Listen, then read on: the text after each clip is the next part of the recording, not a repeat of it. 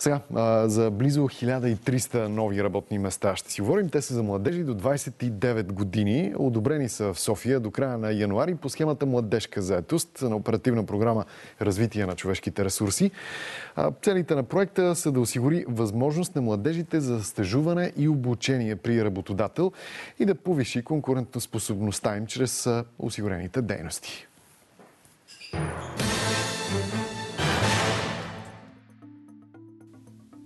Схемата Младежка заетост на оперативна програма Развитие на човешките ресурси, управлявана от Министерството на труда и социалната политика, дава възможност на работодателите от всички сектори да наемат младежи по две основни направления – стажуване и обучение по време на работа. За безработните младежи това е шанс за започване на работа, за стаж и допълнително обучение, а за работодателите – възможност да наемат нови работници. За изминалата година пред Арбитражен съд София бяха заведени 100 000 на брой дела, което след себе си откри при нас нови работни места. Разбирайки и запознавайки се с оперативна програма Развитие на човешките ресурси, ние решихме да се възползваме от схемата Младежка заетост, която беше изключително и продължава да е полезна за нас, тъй като дава възможност на младите хора да се докоснат до съдебната система. На нас като работодатели ни спомага, тъй като се заплащат заплати и осигуровки на служителите и най-вече бюрата по труда в лицето на Агенцията по заетостта успява да направят качествен подбор и съобразно нашата заявка да насочат към нас най-подходящите служители за работа. Подборът на кадри, който извършват трудовите посредници в бюрата по труда, също е улеснение за работодателите.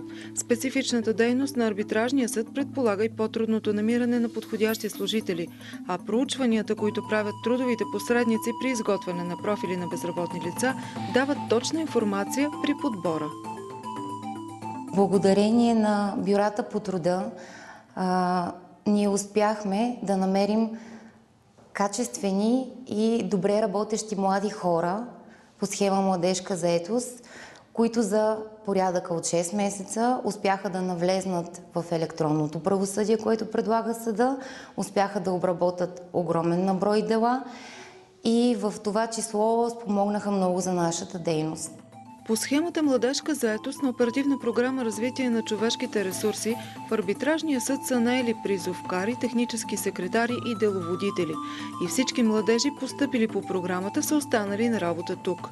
Цялото деловодство на съда в момента се поддържа именно от деловодители, наети по проекта.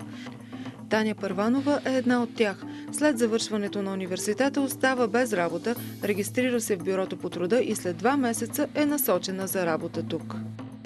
В този момент бяха без работа, реших да подам документите си в бюро по труда с надеждата, че ще ми помогнат в избора да намеря работата, която търся за себе си и която да ми донесе удовлетворение.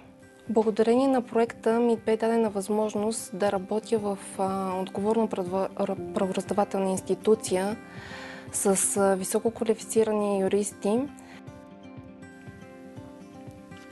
Разходите за заплати и осигуровки на наетите младежи се заплащат по проекта. Ако настоящият адрес на младежите е различен от населеното място на работа, се осигуряват и средства за транспорт от и до работното място за първия месец от стажа или обучението. Ако след изтичането на стажа младежът остане на работа и сключи безсрочен трудов договор, на работодателя допълнително се покриват разходите за социално и здравно осигуряване за срок от още 6 месеца.